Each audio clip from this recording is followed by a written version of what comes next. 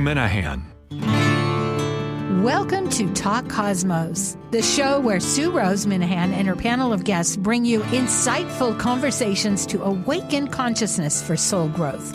Come journey with us through astrology's energetic cycles and get ready to understand your path in the cosmic roots of the stars.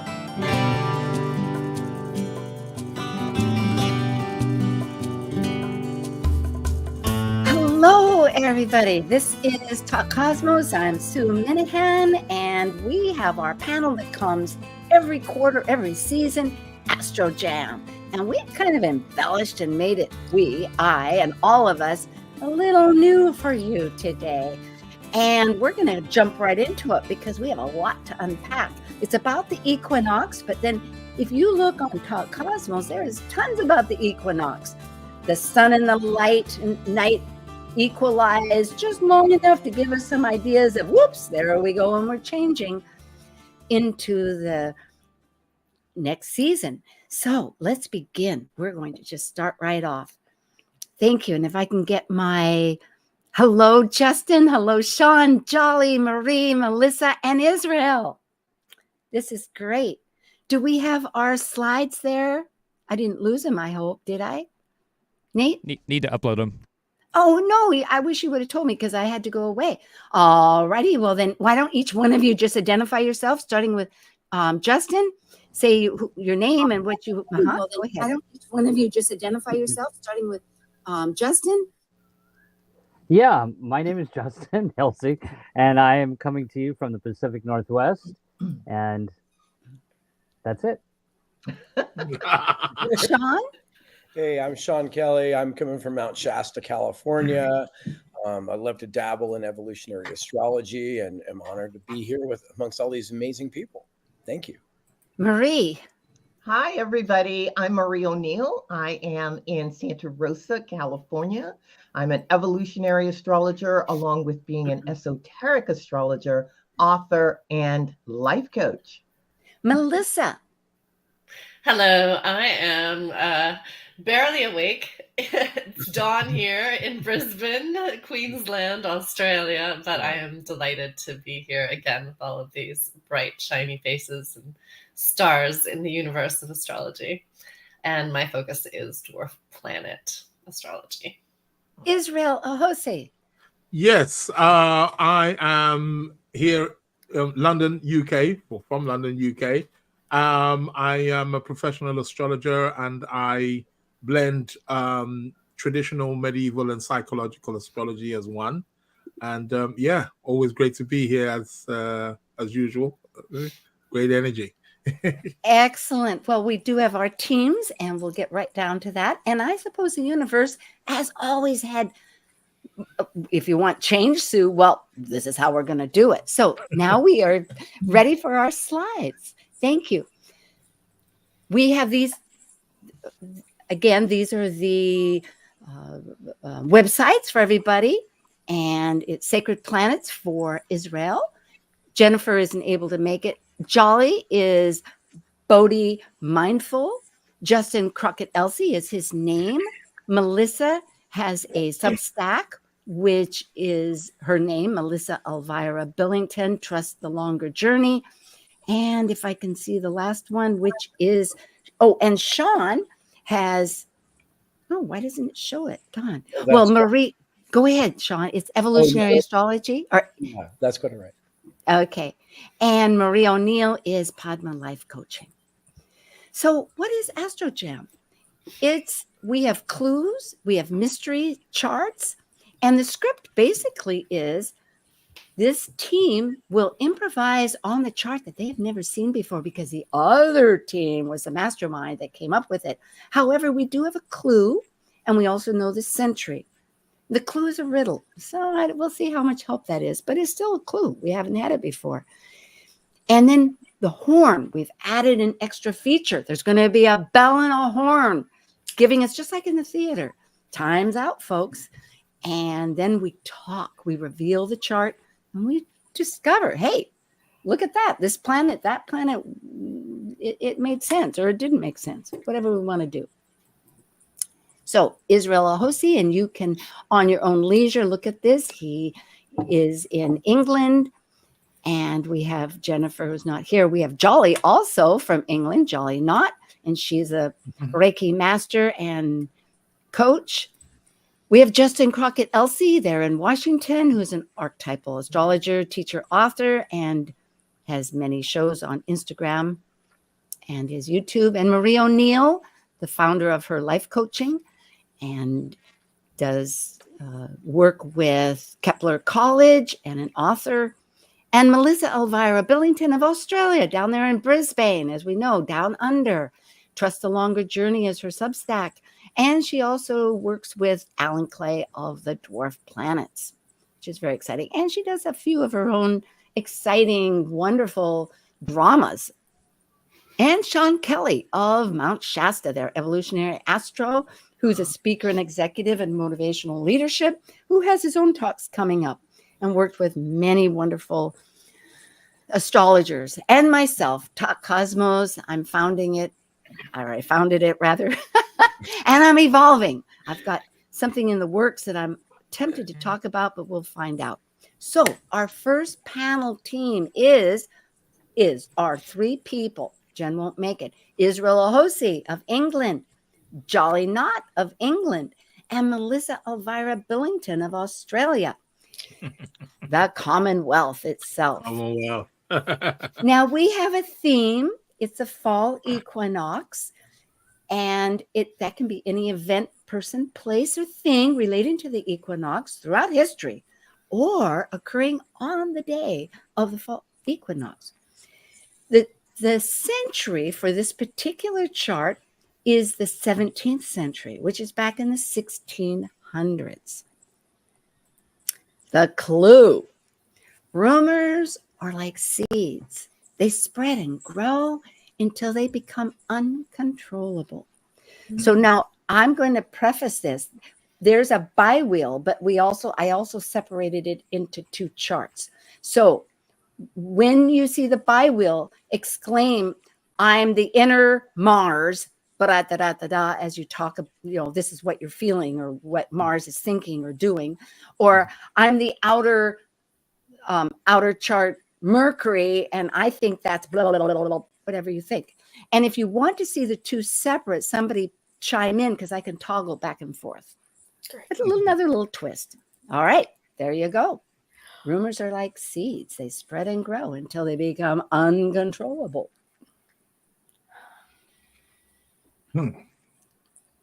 I'm the moon. I'll start off, and I'm on the inside, and I radiate. I am going to think the way I do, and you know what? That they want me to let go of something. I don't know.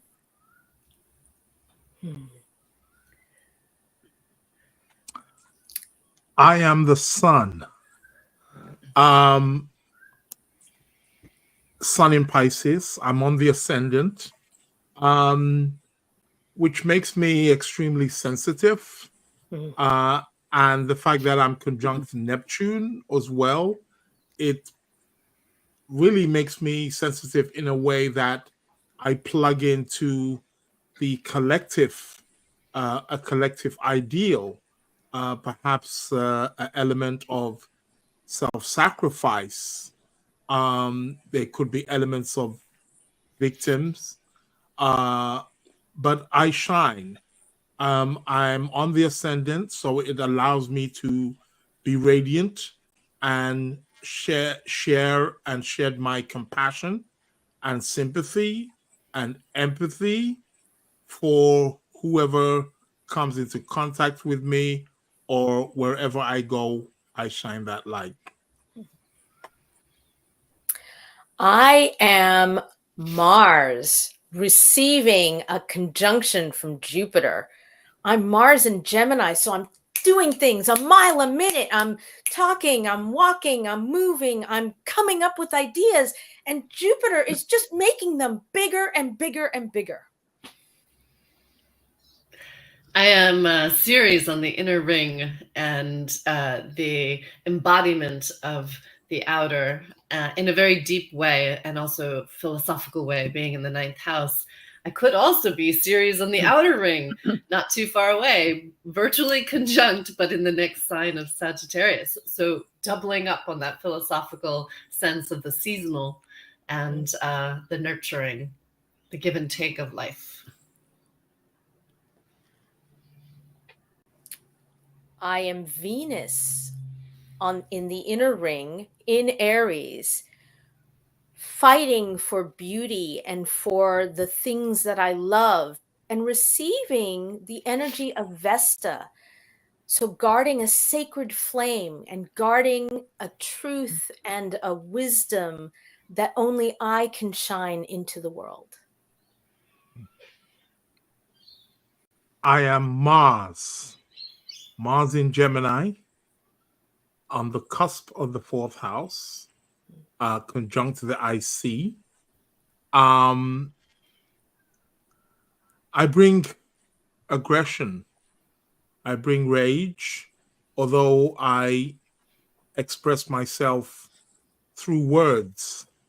The fact that I'm in Gemini, through literacy, words, through speaking, I tend to have a bit of an aggressive tone, which is rooted in my family background, in my history, in my ancestry, amongst the land, the people. I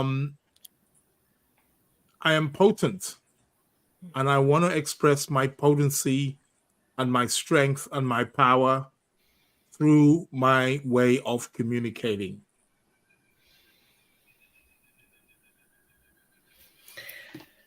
I am Chiron, forever managing the wound and how to heal all of those in the realm of how they think. I have been wounded in how I think. Somebody didn't like what I had to say, how I thought about something. And on the inner and the outer, it's doubled up for me. It's both in the outer, my home, my sacred space of my own thoughts and my sacred space. Who would dare to wound me there? And I heal it, and I heal it, and I heal it. I am Mercury conjunct Mars in the outer wheel, and I am the source of the rumors. I spread like wildfire. I am in all the social circles, and I am using the energy of the other's resources. I fight for justice, but I'm always right.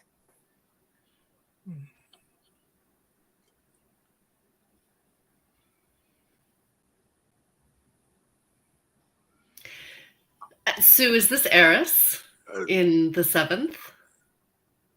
Oh, I just did want I to make put? sure that Yes, yes, it is. It is Eris. Okay. Eris. That's Okay. Eris, folks. The Okay. the great And that's in dwarf Virgo? planet. Okay. Yeah. Yeah. Okay.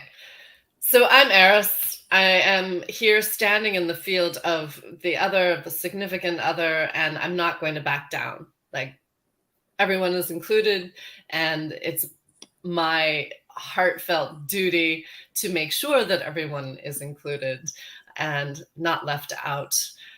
And I will bang my head against the heavens to be sure of that, and in a proper way, in a very refined way as well.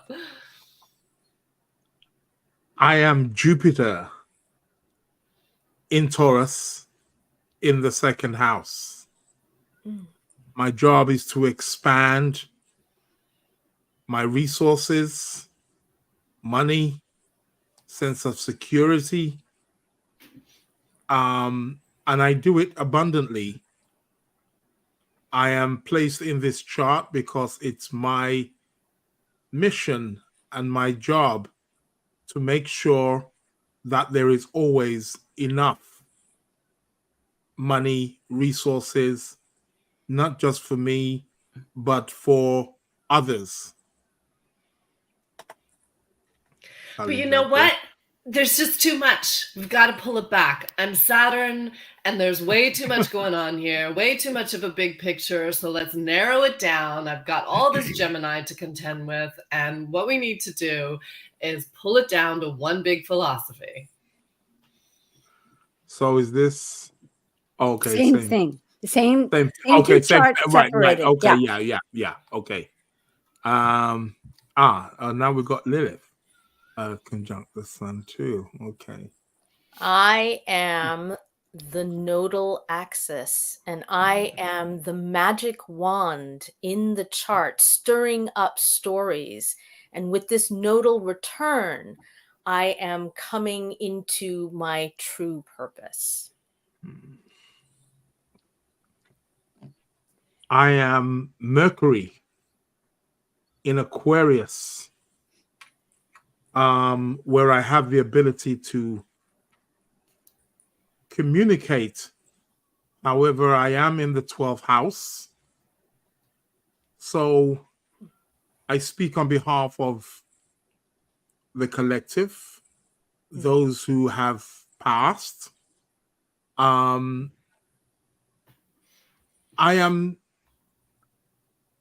being silenced. However, because I'm in Aquarius, I am finding other ways and means, innovative ways of communicating. And because of my square to Jupiter, it allows me to expand on numerous communication levels. It allows me to communicate and spread information. Oh. No, we have 1 minute, folks. We have 1 minute. Oh, well, 1 minute. Yeah. Yeah, I'll go back to the. I think I'll leave that there so that somebody Okay. can come in. Shall I go back to the bi-wheel? And pardon if I should have done that first, but go ahead. You have about 50 seconds. I am Hygeia in the 4th house. I represent the body and the health of the body and the body politic. I'm in an anaretic degree, so I'm about to change signs, and I am in the process of changing my understanding and my connection to the body and health.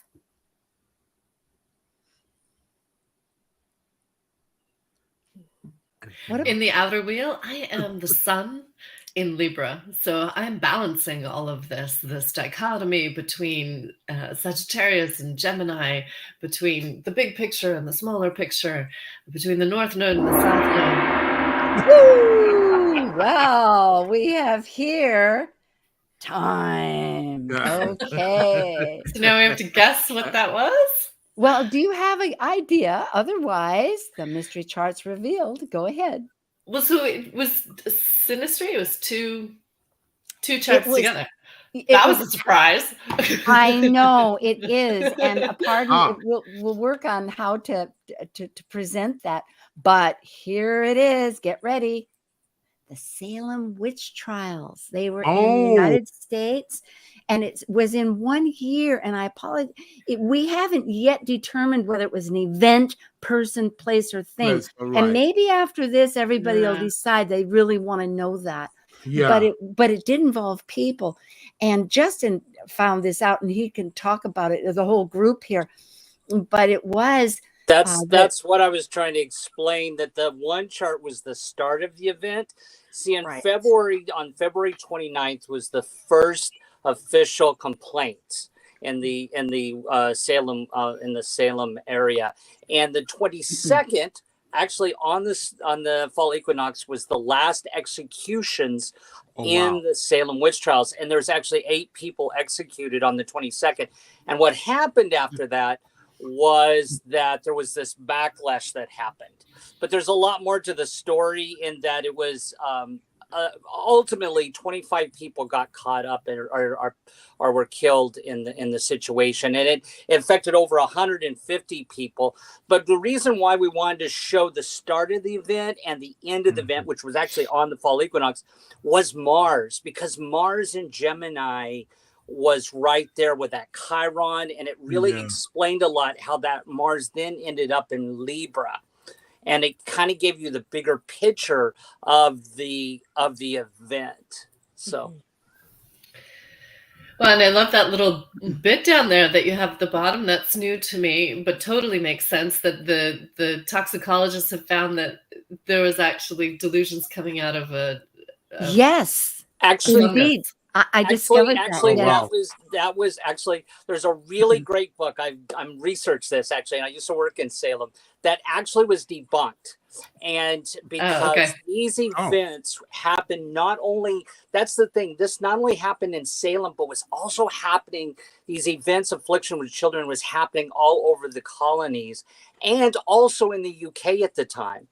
And there is some belief that it's related to poltergeist activity, but that what happened was because the religious fundamentalism, it really got honed in on a certain way people were focused on it. Also, there was other factors involved, like the Indian Wars were happening, and there was a lot of trauma. Like people were coming down from Maine, what we see today is Maine, because with these horrid Indian Wars, and families were broken up, and so there was a lot of outsiders coming in, and there was that outsider influence and fear that was playing out Of here. unknown people, right? And I just want to bring this up again real quickly to show you, which was Jupiter. Look at this in the 9th house, which is Saturn, which I know, Melissa, you called on, and with the healing and the negativity of what Chiron can be. But here you have it looking at Jupiter, and Jupiter at first was preservation of body and soul, but here it did bring the laws. And of course you can look at this about lies, right? That's the negative side of Gemini, the gossip and everything else that had. You all were so good. You all were so good. I mean,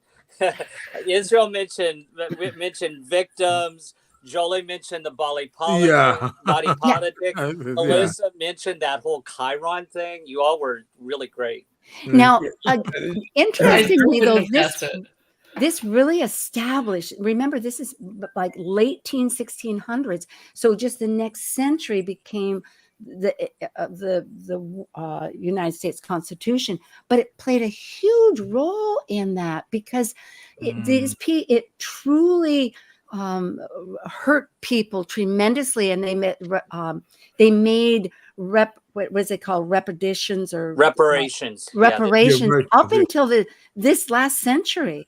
And yet, so in other words, it is where you're presumed innocent rather than guilt, and the right to cross-examine, and these different factors that are such a bedrock here of our nation. Yeah, there was some like families that were created conspiracies. Like I was leaning into one of the captains, and it was like his daughter and his wife. They were plotting to like get rid of people that they didn't want in their reality. Yes, there that stuff going on. And I thought about like the Mars in the 4th house and Israel talking about like the aggression that had. And Jolly brought up. Thank you, Sean. Yes, and pardon, but thinking about the fact that it was the 3rd, 4th house, that whole dichotomy of of what was going on in the neighborhood, actually uprooting your foundation as a whole. These are letters that I found of people. I am innocent, an innocent person. Never had to do with witchcraft since I was born. I'm a gospel woman, and etc. But of course, this has been going on in Europe for 300 years.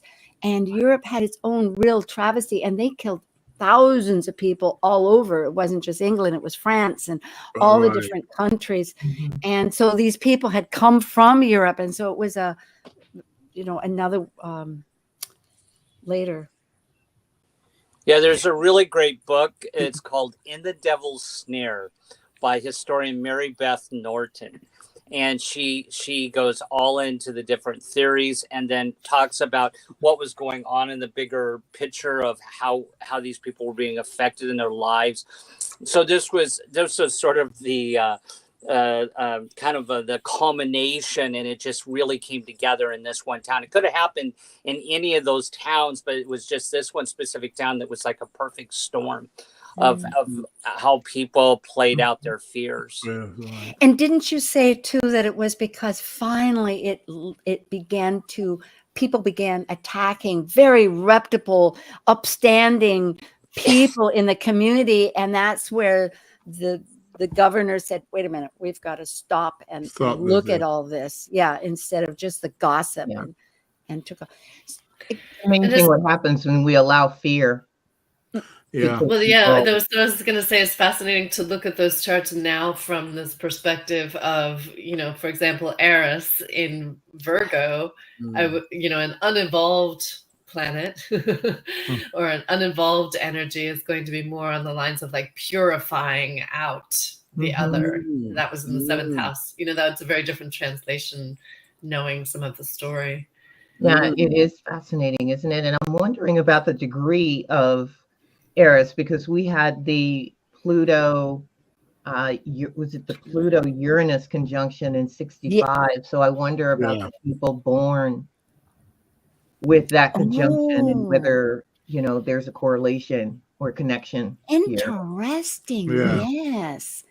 Well, that's very true. Those are pretty close for me, within 4 degrees. But the square from Eris to Hygeia really stood out to me in that.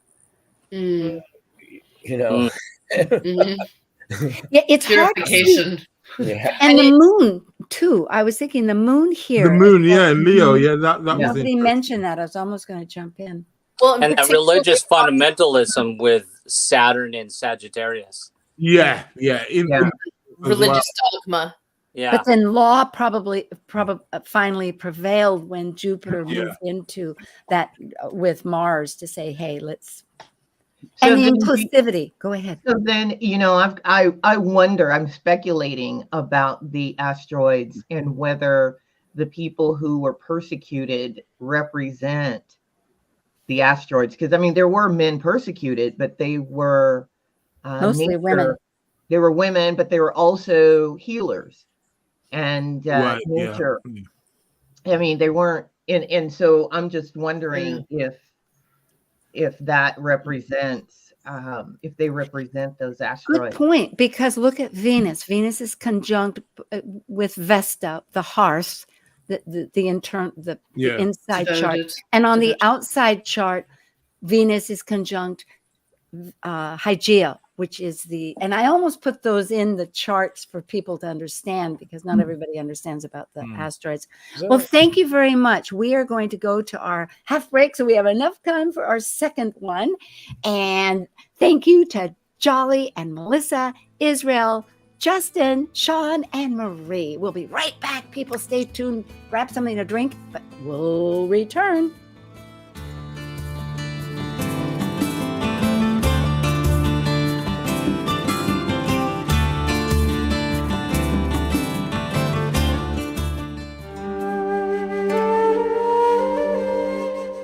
While we take a break from this week's edition of Talk Cosmos, let's take a look at this cycle's archetype.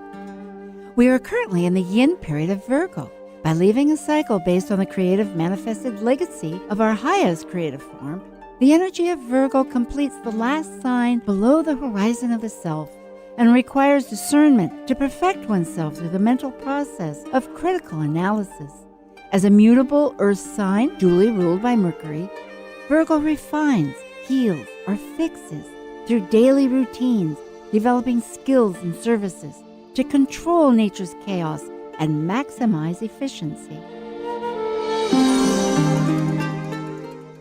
This is Martha Norwalk. Every Sunday morning, beginning at 9 a.m., thanks in part to the Ananda Institute of Living Yoga, we cover the world of animals. This week, September 22nd, it's an encore presentation of Animal World. Join us to hear our last healing show with Dr. Nels Rasmussen and Linda Rasmussen. Together, they helped listeners and their animal friends with emotional, behavioral, and physical issues. And you can receive a surrogate healing just by listening and following along with Linda's instructions. Martha Norwalk's Animal World, Sunday morning, 9 a.m. to noon, right here on Alternative Talk, AM 1150. Talk Cosmos brings insightful conversations to awaken consciousness for the soul growth with hour-long programs every Sunday at 1 p.m. Pacific on KKNW. Talk Cosmos weekly programs are also available to watch live on the Talk Cosmos YouTube channel and Facebook page. While you're there, make sure you click the like and subscribe buttons so you get the full Talk Cosmos experience. Or if you'd rather listen to the show archives with audio only, the entire podcast collection since 2018 is available on most podcast carriers. And to find out about upcoming programs, sign up for the newsletter at talkcosmos.com. So grab your coffee, tea, or kombucha and enjoy the show. Talk radio that will get you thinking. Alternative Talk 1150. Okay, we are ready. Let's get right down what happened here. I want to get out of these. Okay, so we just had the one with the Salem witch. Now, again, this is just a brief moment to share with our audience the wonderful events that each one of you are doing. And so these are our panelists. Israel Ahosi of England has a special 30% off all his classes. He does it every day of the week. Yeah. Israel, any comments or? Well, I've just sort of like restructured the whole thing. So again, running classes from beginners to advanced level, and there's 3 modules: beginners, intermediate, and advanced, and there's 30% off until the 16th of October, I believe. So if anybody's interested in signing up to an astrology class, there's live weekly classes. They also have access to the recordings and reading material. It's going to be a blast. So Good. And that's at sacredplanets.com. Then we have Justin Crockett-Elsey, archetypal Yorish astrologer, and you have your monthly Instagram features, and you're also the relationship guys, YouTube, and I think you have an upcoming event that you want to talk about. Well, if people want to see me, you can find me on Instagram. And then also YouTube, I do a monthly relationship guys, kind of like the card guys, relationship guys with Michael Bartlett out of Santa Fe, New Mexico. But I also am doing an Open Talk on December 8th on the Sabian symbols. Very great. And you're also working with Liz Machette, I know, which I didn't mention here, and her YouTube channel. We have Jolly Knot in England, and I know you've had a couple of talks and one coming up. Go ahead, Jolly. Thanks, Sue. Yes, I did a talk earlier this summer about the 12th parts, and that was for ESAR. You do have to be a member, but you can gain access to not only my talk, but many others. And I did my first international astrology conference at the end of August, speaking about the lunar nodes. And I have an upcoming talk for the Academy of Astrology that will focus on mundane astrology. So I'm really looking forward to that. That's at the beginning of November. So November 1st to November 3rd. And there is a 50% off discount for the registration fee if you can sign up before September 20th. Fantastic. And next we have Marie of California. Oh, hello. I thought you were There you are. I know you have an upcoming talk. Yes. Yes, I have a talk coming up with the San Francisco Astrological Society happening on October 31st of this year. It is a Zoom call, so anybody around the world can participate. My talk is on the ascendant. I'm looking at the ascendant through the eyes of esoteric astrology, which has of course, an entirely different view of the ascendant and its meaning. So I'm going to be looking at all the 12 signs and what they mean on the ascendant. You can also find me on YouTube. I have my YouTube channel, and you can reach out to me through YouTube or my website. Yeah, Padma Life Coaching. We meant to put that on. Good. Yeah. And also we have Melissa. I'm going alphabetical with your names in case you wondered. And you have your wonderful Trust the Longer Journey blog, which is most amazing. Go ahead. Thank you. Excuse me. Yes, that seems to be the place where I pull a lot of things together. I've been yogini my whole life and a yoga teacher for a few decades, and am currently studying environmental science. So mixing a lot of different realms together, and where I do that tends to be in my writing. And I assist Alan Clay in teaching the dwarf planets at Dwarf Planet University.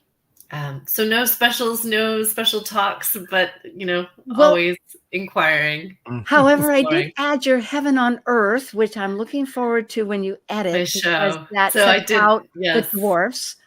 Yes, Mhm. I did an embodied my embodied extended TED Talk is what I've been calling it, where I laid out a fabric of all of the planets, and was surprised to learn how many people don't even know the inner planets. So spent a lot of time going over things like Saturn, if it were in water, would float. Little factoids to help people latch Very on to intriguing. the Good. planet. Then we have Sean Kelly of outside of Mount Shasta, and you have a talk coming up. Yeah, I'll be talking at the Tucson Astrologers Guild there, as you put up on the screen. 2 nights, Friday, it's like November 9th or 8th, and it's November 8th and 9th. And the first night I'll get into the whole like evolution of astrology in our culture over the last 30 years, as I've, I guess I'm well suited for that, given that I've driven several larger astrology publications and worked with a lot of the kind of legendary astrologers out there. Anyway, Susie Cox, who is, I guess she used to have a show on ABC back in the 80s doing astrology, like, Yeah. anyway. Exciting. Yeah. So it'll be great. She'll be there. And then of course the second night is something similar to this, which is astro drama, but she puts it, it's like it's a big group participation thing. Everybody throws costumes on, and there will badges like, hey, I'm the sun in Sagittarius or something. They'll have these like placards that they wear. And so everybody really gets into acting it out there. It's kind of a fun thing. I'm looking forward to that. So thank you. Indeed, the real virtues of having a physical astrodrama, which it always was to begin with, and this is an online version. It would be fun. So a good reason to go vacation when things get a bit cool down there in beautiful Arizona. Yeah. Talk Cosmos, if people are interested in the eclipse, there's 3 programs that are online. Kaleidoscope Visions does a 4-phase lunar overview, and so there's a little talk about that. And then archetypal symbols is a very metaphysical oriented approach to the new moon each month, and of course that's the basis, because it's just 2 weeks later that is the Pisces lunar eclipse. And we had a special with Planet Buzz. All these are smaller brands within Talk Cosmos of ongoing panels that are every month. And there's Dr. Susie Holbrook, along with Dr. Laura Tad and myself. We talked about this Pisces lunar eclipse. So you can find out more about eclipses and that with it. However, coming up are 2 very exciting panels that happen quarterly, like Astro Jam, and that's about the fall equinox vibrations. It used to be called Good Vibrations, and I've changed that to the turning season. And it's all about vibrational astrology. So you will see the whole seed for the next coming. What's the story for the next season? Linda Barry, who's a real master, shows you the patterns that chart is going to bring. And there's a new wonderful panel called U.S. Global Currents, and it's an astrological perspective, but our series this year is about the U.S. 24 election series. We did one on the Democratic Convention, the Republican Convention, and coming up in October will be the swing states. This all was inspired because we are in the United States experiencing our Chiron return. So do check out that. So thank you, everybody, for subscribing. I have 500 people. I can start monetizing, and I've got this new idea that I'm going to come up with. We'll see. I know. And for signing up with the newsletter, and I'm trying to come up with something freebie for you guys that will make a lot of sense. I've got the ideas, putting it on paper. We are back to our second panel team. Now here in the USA, we have Justin Crockett-Elsie of Washington, and Marie O'Neill of California, that's Padma Life Coaching, and Sean Kelly of Mount Shasta Evolutionary Astro.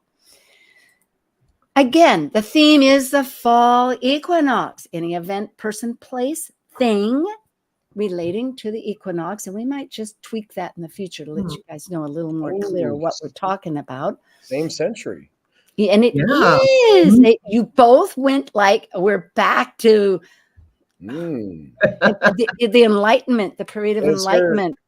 Which was not the clue or something? What's happening here with that picture? Well, it was a picture I had, and we can decide about that later. Okay. So the clue is where time and space begin.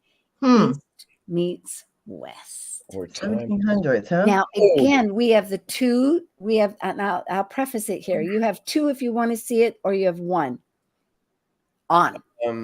So is the outer wheel the beginning and the next. So it's the beginning of this, and just like the last time, chronologically, the earlier event is on the inside, and the outside one is an aftermath. Okay. Okay. Same diff. Okay. Wow. Well, I am the ascendant, and I am boisterous. I am joyful. I love learning. I love teaching. I love higher thought. I love everything that is big and grandiose. And I'm right all the time. Yeah, I am the sun, and you better believe that I'm not just right. I'm going to direct everybody as to what is right. And I'm pretty righteous there in the 8th house in Leo. I've got a lot of self-righteousness, and and I want to bleed over to the moon, but I want to give that to somebody else here. That's okay. You can do it. There's no rules. No. I'll leave it at that. I am Mercury in Virgo, and I think I'm pretty intelligent and smart here. And I like to get down into the details and the weeds of things. And I'm going to be really strategically thinking because I'm right next to Mars here in Virgo. And so we're here together thinking about the best way, the right way, the perfect way to do something or to believe something. Well, I am the moon in Aries in the house of home. And I tell you what, I move fast. I think fast. I take action fast. My emotions are right here. You know how I'm feeling because I don't hide. And I have a lot of Shakti. I am fierce and ferocious, and don't mess with my family because I will hurt you. I am the crazy soup in the 3rd house. No, I'm Uranus at 29, and man, I am out there with my communication, like way out of bounds. It's analytic the last degree of the zodiac is like where all the garbage comes and ends. It ends all right there, and it's just like that's the garbage collector. And Ben, I am bizarre. I'm going to evolutionize things through that. Through that, and it's interesting with I just got to bleed over into the Chiron Ceres conjunction, man. Oh my God, it's like starving myself to death or something. It's really, especially at 0 Aries. It's like I'm trying to end everything and start everything. It's kind of like, God, that clue is really interesting now. Well, I am the South Node in Cancer, conjunct Pluto in Cancer, and also Vesta in Cancer. And I am all about the tribe, all about family. I am someone who believes in transformation. I've suffered a lot, though. I've had a lot of trauma where the family is concerned. I have it's just been a tremendous, it's been a lot. It's been too much. Yeah, I am Saturn in Taurus in the 5th house here. And so I'm really focused on resources, especially for my children and my own family here. And I'm willing to support and go the mile when it comes to starting a business and making sure that everyone is taken care of as far as resources, money, land, anything to do in that area. Well, I am Jupiter in Sagittarius, and you might assume that I am like the Protestant Reformation. I have just, I mean, I cannot think small. I am wanting to, and I do change cultures and change the way people think. My job in the world is expanding people's viewpoint and speaking from my pulpit from just who I am. No one can deny that I am right. I am Venus in Cancer on the gateway of the 8th house there. Man, I'm very sensitive I value sensitivity, and sometimes that really hurts me. I can be very elusive with things. I can, walk like that crab sideways. I feel uncomfortable there. It's not warm, but it's sensitive. I value the transformation of things. And maybe with all this 8th house stuff, it's kind of like a gateway to like allowing people to pass through. It feels like a hospice to me or something. Well, I am Neptune in Aquarius, so I am all about the collective, the tribe, the people, and I can, however, I go beyond what is reality, and I can expand out into the cosmos with my ideals, and I can be idealistic, and I am also opposed the sun. So I am helping to transform the ego, my ego. Well, I am Uranus in Aries on the cusp of the 4th house, right there with Chiron. And so I need to move. I need to start some new place. I'm not comfortable where I'm at. I need to move. I need to start something new. And I'm more apt to follow some leader, since I'm trining that sun in Leo with Eris. I need to follow some bombastic king or leader, somebody who's a little bit over the top, but I need to move.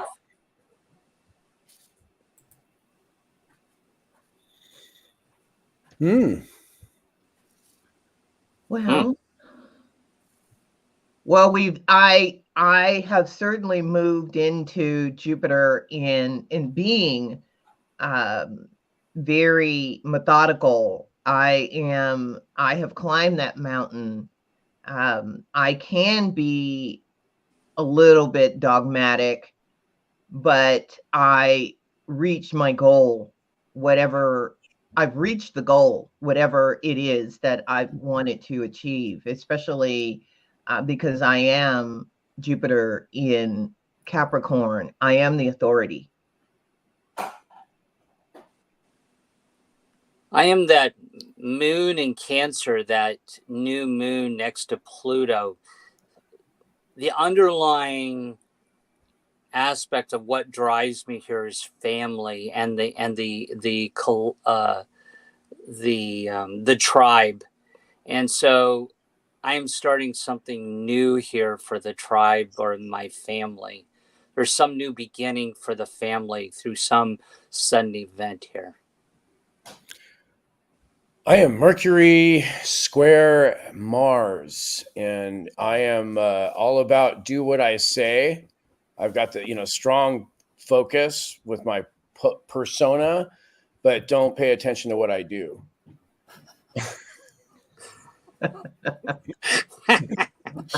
Don't practice what you preach. Sorry. Well, I am Venus in Virgo, and I am methodical. My value system is truth. It is organized. I am of service. I am actually a devotee of the goddess. I am a healer, and I help heal the tribe. I am Juno in Scorpio. 1 minute. Trining Pluto. And so some relationships are going to die within the family. Ooh.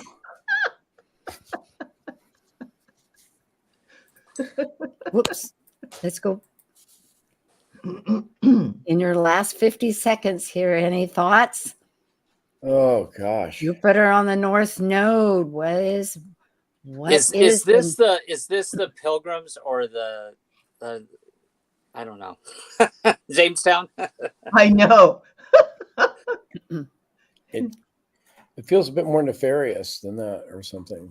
Yeah, it's I mean, like I said, I was thinking Protestant Reformation.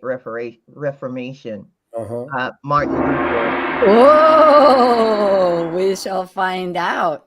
Again, the clock has chimed and the bugle is blown.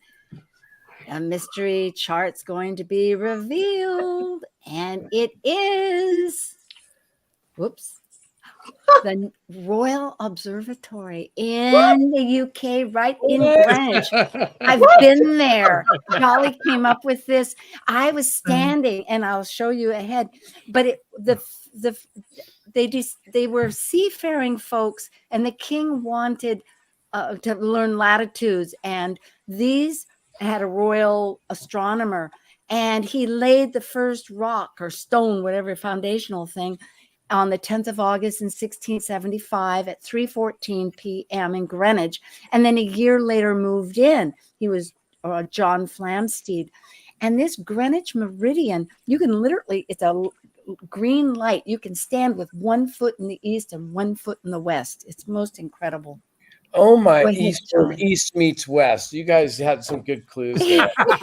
Yep. Yeah. It was so good. I was never going to get it. Yeah.